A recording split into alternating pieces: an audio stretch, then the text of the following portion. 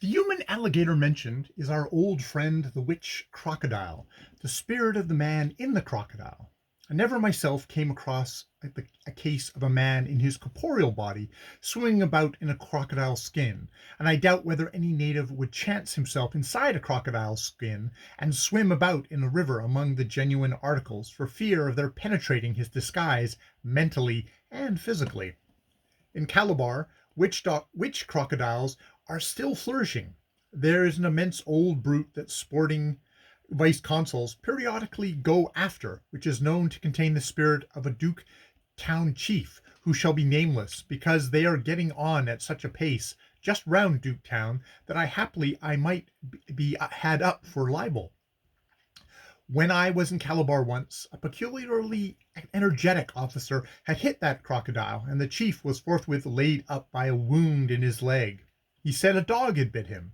They, the chief and the crocodile, are quite well again now, and I will say this in the favor of that chief, that nothing on earth would persuade me to believe that he went fooling about in the Calabar River in his corporeal body, either in his own skin or a crocodile's. The introduction of the fetish bufima in the country of the Imperii is an interesting point, as it shows that these different tribes have the same big juju. Similarly, Calabar Egbo can go into Oikon and will be respected in some of the new Calabar districts, but not at Brass, where the secret society is a distinct cult. Often a neighboring district will send into Calabar or Brass, where the big juju is, and ask to have one sent up into their district to keep order. But Egbo will occasionally be sent into a district without that district in the least wanting it. But, as in the Imperi case, when it is there, it is supreme.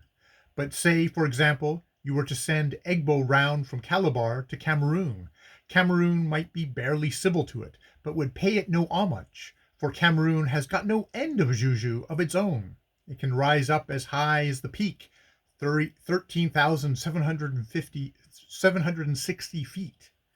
I never saw the Cameroon juju do this, but I saw it start up from 4 feet to quite 12 feet in the twinkling of an eye, and I was assured that it was only modest reticence on its part that made it leave the other 13,748 feet out of the performance. Dr. Nasa seems to think that the tribal society of the Corsico regions is identical with the leopard societies. He has had considerable experience of the workings of the Ukuku, particularly when he was pioneering in the Benito regions, when it came very near killing him. He says the name signifies a departed spirit. It is a secret society in which all the males are initiated at puberty, whose procedures may not be seen by females, nor its laws disobeyed by anyone under pain of death, a penalty which is sometimes commuted to a heavy fine. Its discussions are uttered as an oracle from any secluded spot by some man appointed for the purpose. On trivial occasions, any initiated man may personate Ukuku or issue commands for the family. On other occasions, as in Shiku, to raise prices, the society lays its commands on foreign traders. Some cases of the Ukuku proceedings against white traders have come under my own observation. A friend of mine, a trader in the Bantanga district, in some ways incurred the animosity of the society's local branch. He had, as is usual in the southwest coast trade, several sub-factories in the bush. He found himself boycotted. No native came into his yard to buy or sell at the store, not even to sell food. He took no notice and awaited developments. One evening, when he was sitting on his veranda, smoking and reading, he thought he heard someone singing softly under the house, this, like most European buildings hereabouts, being elevated just above the earth. He was attracted to the song and listened. It was evidently one of the natives singing, not one of his own Kur boys, and so, knowing the language and having nothing else particular to do, he attended to the affair. It was the same thing sung softly over and over again, so softly that he could hardly make out the words, but at last, catching his native name among them, he listened more intently than ever, down at a knothole in the wooden floor. The song was, "They are going to attack your factory at tomorrow. They are going to attack your factory at tomorrow," over and over again, until it ceased, and then he thought he saw something darker than the darkness round it creep across the yard and disappear in the bush. Very early in the morning he, with his crew boys and some guns, went and established themselves in that threatened factory in force. The Ukuku Society turned up in the evening and reconnoitered the situation, and, finding there was more in it than they had expected, withdrew. In the course of the next 24 hours he succeeded in talking the palaver successfully with them. He never knew who his singing friend was, but suspected it was a man whom he had known to be grateful for some kindness he had done him. Indeed, there were, and are, many natives who have a cause to be grateful to him, for he is deservedly popular among his local tribes, but the man who sang to him that night deserves much honor, for he did it at terrific risk. Sometimes representatives of the Kuku fraternity from several tribes meet together and discuss intertribal difficulties, thereby avoiding war.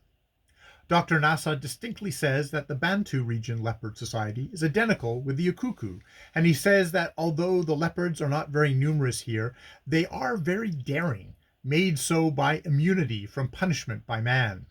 The superstition is that on any man who kills a leopard will fall a curse or evil disease, curable only by ruinously expensive process of 3 weeks.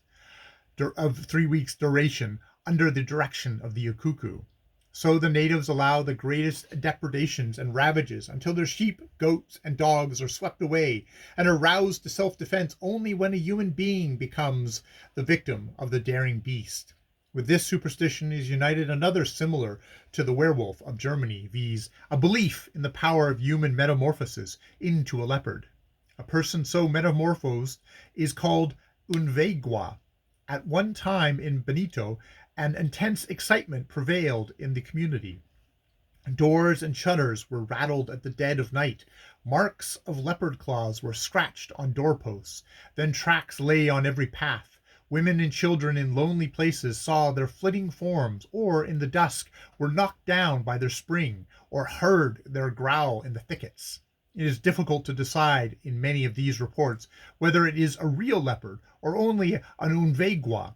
To native fears, they are practically the same. We were certain this time the unveigua was the thief disguised in leopard skin, as theft is always heard of about such times. When I was in Gaboon in September 1895, there was a great unveigua excitement in a district just across the other side of the estuary, mainly at a village that enjoyed the spacious and resounding name of Rumpochembo, from a celebrated chief, and all these phenomena were rife there. Again, when I was in a village up the Calabar, there were 14 goats and 5 slaves killed in 8 days by leopards. The genuine things, I am sure, in this case, but here, as down south, there was a strong objection to proceeding against the leopard, and no action was being taken save making the goat houses stronger. In Oikyong, when a leopard is killed, its body is treated with great respect and brought into the killer's village. Messages are then sent to the neighboring villages, and they send representatives to the village, and the gallbladder is most carefully removed from the leopard and burnt coram publico, each person whipping their hands down with their arms to disavow any guilt in the affair. This burning of the gall, however, is not juju. It is done merely to destroy it, and to demonstrate to all men that it is destroyed, because it is believed to be a deadly poison. And if any is found in a man's possession, the punishment is death, unless he is a great chief. A few of these are allowed to keep leopard's gall in their possession. John Bailey tells me that if a great chief commits a great crime and is adjudged by a conclave of his fellow chiefs to die, it is not considered right he should die in a common way, and he is given leopard's gall. A precisely similar idea regarding the poisonous quality of crocodile's gall holds good down south. The juju parts of the leopard are the whiskers. You cannot get a skin from a native with them on, and gay, reckless young hunters wear them stuck in their hair and swagger tremendously, while the elders shake their heads and keep a keen eye on their subsequent conduct. I must say the African leopard is an audacious animal, although it is ungrateful of me to say a word against him, after the way he has let me off personally, and I will speak of his extreme beauty as compensation for my ingratitude. I really think, taken as a whole, he is the most lovely animal I have ever seen. Only seeing him in one way you can call only seeing him in the one way you can gain a full idea of his beauty, namely in his native forest, is not an unmixed joy to a person like myself of a nervous disposition. I may remark that my nervousness regarding the big game of Africa is of a rather peculiar kind. I can confidently say I am not afraid of any wild animal until I see it, and then, well, I will yield to nobody in terror. Fortunately, as I say, my terror is a special variety. Fortunately, because no one can manage their own terror. You can suppress alarm, excitement, fear, fright, and all those small fry emotions, but the real terror is as dependent on the inner make of you as the color of your eyes or the shape of your nose. And when terror ascends its throne in my mind, I become preternaturally artful and intelligent to an extent utterly foreign to my true nature, and, save in the case of close quarters with big bad animals, a feeling of rage against some unknown person that such things as leopards, elephants, crocodiles, etc., should be allowed out loose in that disgracefully dangerous way. I do not think much about it at the time. Whenever I have come across an awful animal in the forest, and I know it has seen me, I take Jerome's advice, and instead of relying on the power of the human eye, rely upon that of the human leg, and effectively a masterly retreat in the face of the enemy. I know that it I know it, If I know it has not seen me, I sink in my tracks and keep an eye on it, hoping that it will go away soon. Thus I once came upon a leopard. I had got caught in a tornado in a dense forest. The mass of mighty trees were waving like a wheat field in the autumn gale in England. And I dare say a field mouse in a wheat field in a gale would have heard such the same uproar. The tornado shrieked like 10,000 vengeful demons.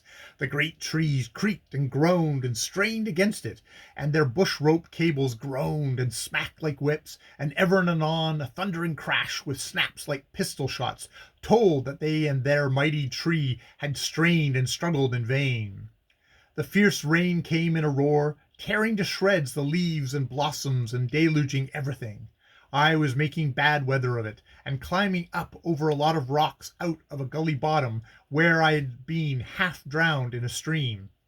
And, on getting my head to the level of a block of rock, I observed right in front of my eyes, broadside on, maybe a yard off, certainly not more, a big leopard. He was crouching on the ground, with his magnificent head thrown back and his eyes shut.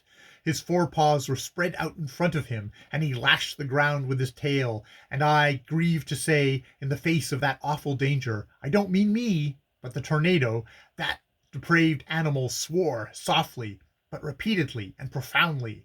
I did not get these facts up in one glance, for no sooner did I see him than I ducked under the rocks and remembered thankfully that leopards are said to have no power of smell. But I heard his observations on the weather and the flip-flap of his tail on the ground.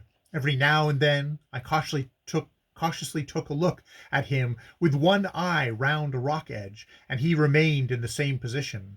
My feelings tell me he remained there 12 months, but my calmer judgment puts the time down at 20 minutes.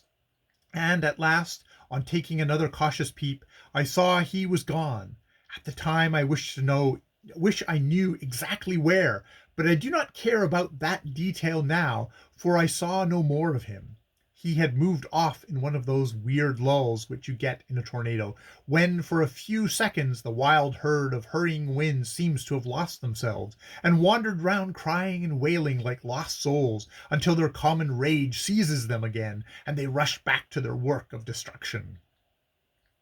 It was an immense pleasure to have seen the great creature like that.